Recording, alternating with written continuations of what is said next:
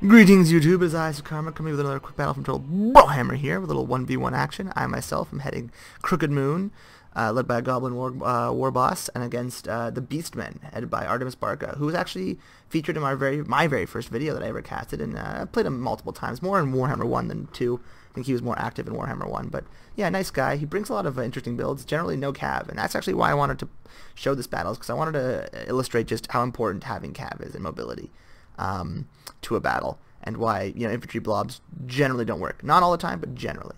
So what did I bring? I brought my little Gobbos squad. The 2 regiments are renowned, of course, the Warlords boys. With Apic Loonies, I like to muck them up together, and I like to put a giant in there. It's a really solid little blob, hard for them to take down. I have a nasty Skulker in here, Night Goblin, Chevroned up, the Rusty Airs, a couple of these guys. What was I just saying these guys? Couple of whatever. Anyways, yeah, Rusty Airs. I have the Night Goblin War Boss. I have the Goblin Big Boss to support him. Goblin Wolf Rider. Night Goblin Shaman with a spell that John hates but I love, Curse of the Bad Moon, and we're going to see how effective it is. The alternative title of this video is Fuck You, JonTaun, because he doesn't like the Curse of the Bad Moon. But I think it's a very good unit. It's a very good spell. So I have some Goblin Wolf Rider Archers, some Spider Rider Archers. Those are to ward off Centaurs with throwing axes, or just Centaurs in general. The poison will slow them down. Well, these guys are probably fast enough to get away. I was trying to find them. These guys were all hidden in the woods. Over here I have the Death Creepers alongside Morgan's Magi Marauders. And then I have the Strictix Squids with the Night Goblin Squid Hoppers. And then I brought some nice Skulkers just hidden around. And I think I have, the Hammer of Gork. The reason I have it in the woods is because I thought they might break Cygors and they would be able to counter snipe it. But I was hoping the woods would help block some of the missiles. But yeah, as you can see, he hid in the woods. So, neither of us are really getting much artillery done, but we'll just speed it up a bit here. And my opponent, meanwhile, brought, as you saw, just a really heavy infantry build, so a lot of spears, a lot of Bestigors, some Ungor herds. Maybe you thought I was bringing an Orc horde, not a Goblin army, even though I went Crooked Moon, so it's entirely possible. His lord is Morgr, his magic is wild, and his hair is kinky. That's what we know about Artemis Barca. And then also here he has some Ungor raiders. Just to, ward off, I guess, these guys, my skirmish cav. But yeah, so he's just sort of waiting in the woods. He summons up a Cygor, and he's like, okay, time to spring the trap. And the Beastmen hordes, look, that's pretty cool. They're just marching right through. Look at that. Oh boy, that is pretty terrifying. And then, of course, Morgar's leading his pestilent stream of corruption, otherwise known as urine, everywhere he goes. I actually read about Morgar, because he can't die, right? Like, apparently or not read about it, or Milk and Cookies Total War had a video about how he gets murdered one of the times. Actually, he keeps coming back, but he gets murdered, and his blood gets into, like, this tree thing and makes it go insane. So, you don't want to be around Morgar's piss or his blood. He is indeed a corruptive force. I'm downhill, so I'm, like, trying to figure out where best to position.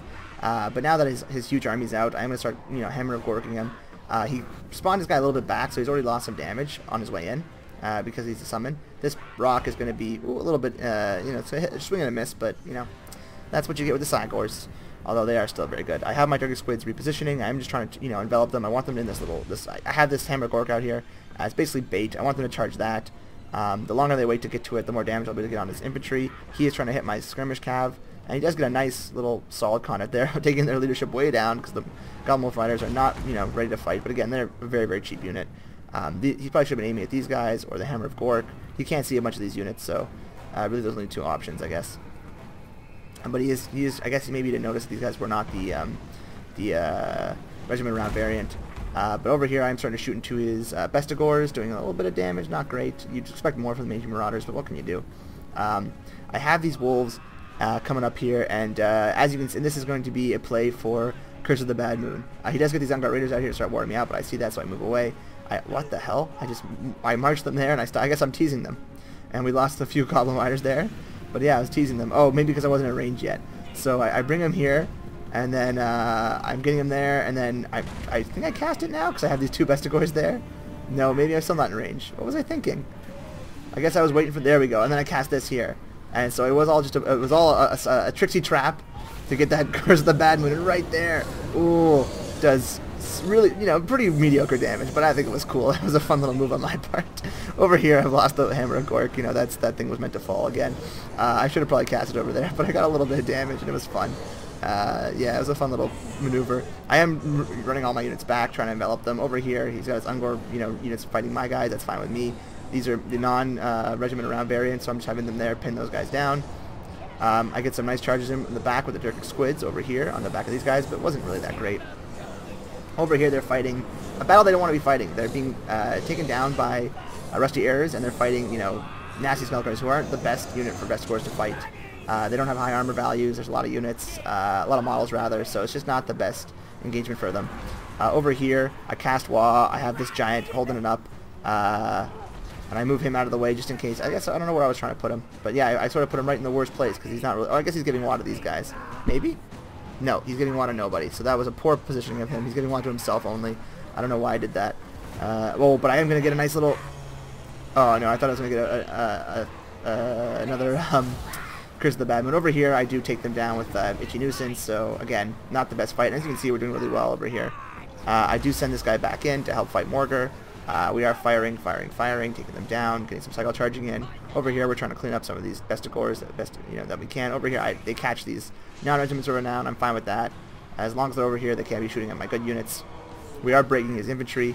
I want to get another. I'm pretty sure I get another Curse of the Bad Moon, and I want to see it. I really don't want to miss it. So we're going to see some Chaos Bombies, come up right over there. Any moment, there they go, and they're going to get right on the Rusty Errors. Very good play.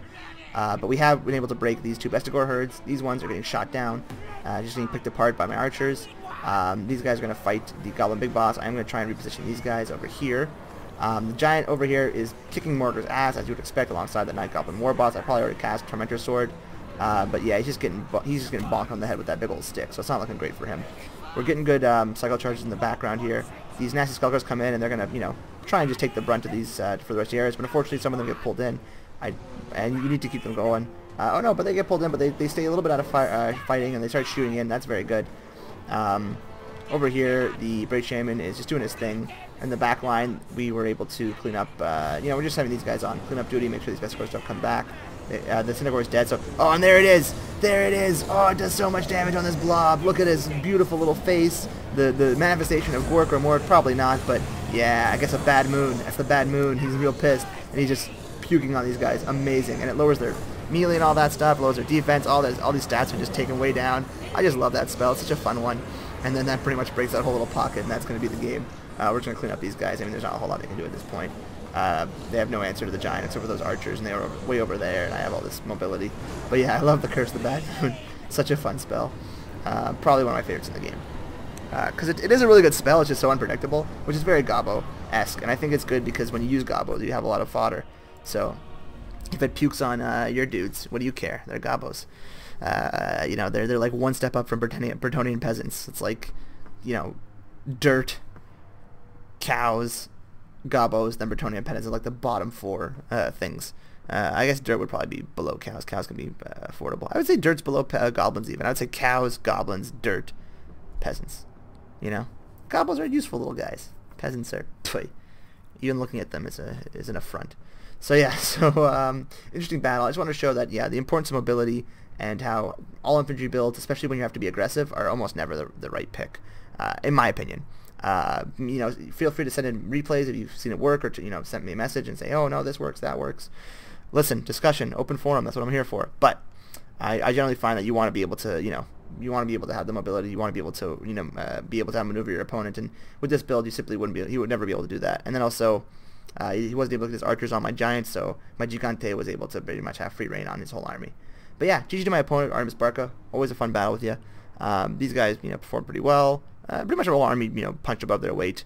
Everything was served its purpose. These guys were bait. I mean, it wasn't the greatest Curse of the Bad Moon, but it was fun. Alright guys, that's it for me, and I'll see you around the bend.